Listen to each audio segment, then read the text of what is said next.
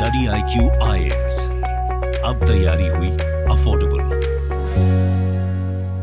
Hello students, study IQ presents the podcast में आपका स्वागत है। मैं आपका host Deepansh Moorjani. The podcast के पिछले कुछ एपिसोड्स में हमने पार्लियामेंट से रिलेटेड इंपॉर्टेंट प्रोविजंस को समझा था, जैसे मोशंस, सेशंस एटसेट्रा। तो जो भी हमारे नए लिसनर्स हैं वो हमारे पुराने एपिसोड्स को सिर्फ यूट्यूब पर ही नहीं बल्कि सभी ऑडियो स्ट्रीमिंग प्लेटफॉर्म्स पर भी सुन सकते हैं, जैसे Spotify, Hubhopper, Apple podcast etcetera. आज के डिस्कशन का टॉपिक है different bills proposed in parliament. Sir, bills के डिफरेंट टाइप को समझने से पहले हम ये जानना चाहते हैं कि एक बिल किसे बोला जाता है। जब हम बिल्स की बात करते हैं तो बिल का रिलेशन पार्लियामेंट की लेजिस्लेटिव प्रोसीडिंग से होता है। बिल लेजिस्लेशन यानी कि लॉ मेकिंग का एक प्रपोजल होता है, और जब पार्लियामेंट उसे इनैक्ट करती है तो वो बिल एक एक्ट में तब्दील हो जाता है।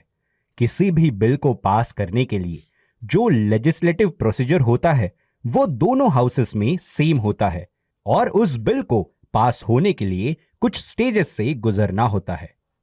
सर, जब हम बिल्स के टाइप को समझते हैं तो सबसे पहला टाइप है ऑर्डिनरी बिल का। तो क्या आप ऑर्डिनरी बिल के बारे में सिंपल वर्ड्स में हमें कुछ बता सकते हैं? और हम ये भी जानना चाहते हैं कि ऑर्डिनरी बिल को पास होने के लिए उसे किन स्टेजेस से गुजरना पड़ता है। सबसे पहला टाइप है ऑर्डिनरी बिल। वो बिल जो फाइनेंशियल सब्जेक्ट्स के अलावा दूसरे मैटर्स से कंसर्न्ड होते हैं, उन्हें ऑर्डिनरी बिल बोला जाता है। किसी भी ऑर्डिनरी बिल को फॉलोइंग 5 स्टेजेस को पास करना होता है। पहली स्टेज होती है रीडिंग ऑफ द बिल, जिसमें बिल को पार्लियामेंट में इंट्रोड्यूस किया जाता है और गैजेट ऑफ इंडिया में उसे पब्लिश भी किया जाता है। दूसरी स्टेप होती है सेकेंड रीडिंग। इस स्टेज में बिल की डिटेल्ड स्क्रूटनी होती है और उसे फाइनल शेप देने का प्रयास किया जाता है। इसी स्टेप में बिल को कमिटी के पास रिकमेंडेशंस के लिए भी भेजा जा सकता है, और इस स्टेप के अंदर ही बिल के हर क्लॉज को डिटेल में डिस्कस किया जाता है और उस पर वोटिंग भी होती है।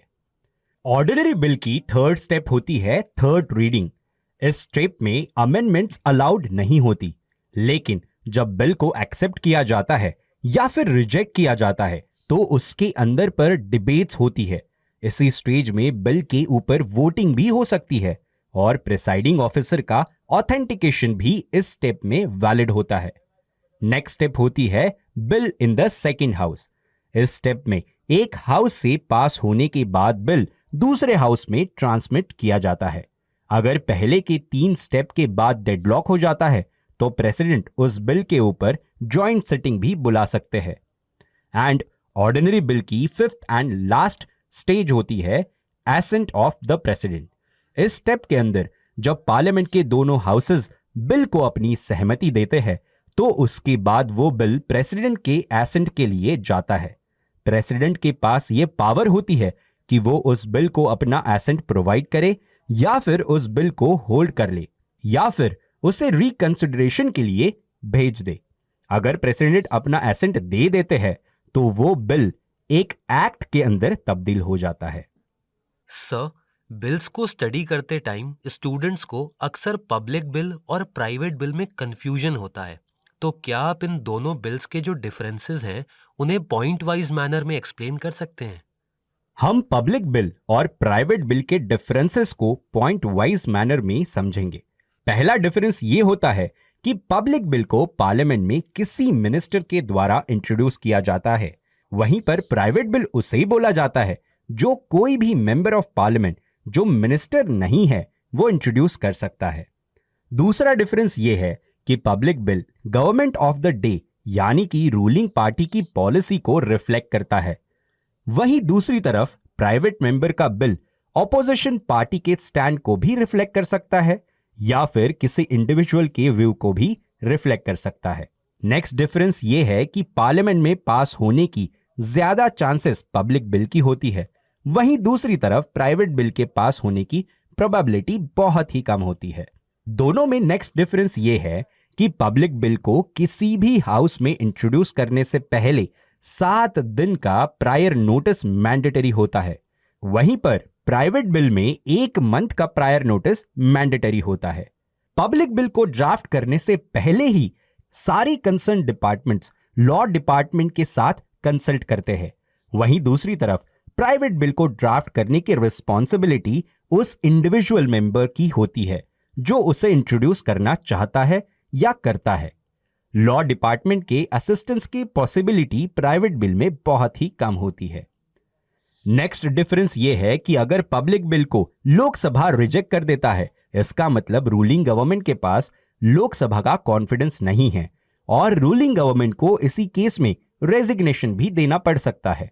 वहीं दूसरी तरफ अगर प्राइवेट बिल को रिजेक्ट किया जाए तो इसका मतलब यह नहीं होता कि उस प्राइवेट मेंबर को मेंबर ऑफ पार्लियामेंट से हटा देंगे। सर, मैं हमेशा ये सोचता था कि एक बिल एक्ट कैसे बनता है, लेकिन आज के डिस्कशन के बाद सभी स्टूडेंट्स को ये समझ में आ गया है कि एक बिल किसी एक्ट में कैसे तब्दील होता है। Sir, thank you for giving us the information. Dear listeners, आज के पॉडकास्ट को हम यहीं पे कंक्लूड करते हैं। नेक्स्ट एपिसोड में एक नए टॉपिक के साथ हम फिर से आपसे कनेक्ट करेंगे। तब तक आप स्टडी आईक्यू के साथ बने रहिए एंड कीप स्टडिंग। आप study IQ presents the podcast को सभी ऑडियो स्ट्रीमिंग प्लेटफॉर्म्स पर भी सुन सकते हैं, जैसे Spotify, Hubhopper, Apple podcast, Google podcast, Kuku FM, etcetera. Links को कमेंट सेक्शन में पिन किया गया है। Thank you.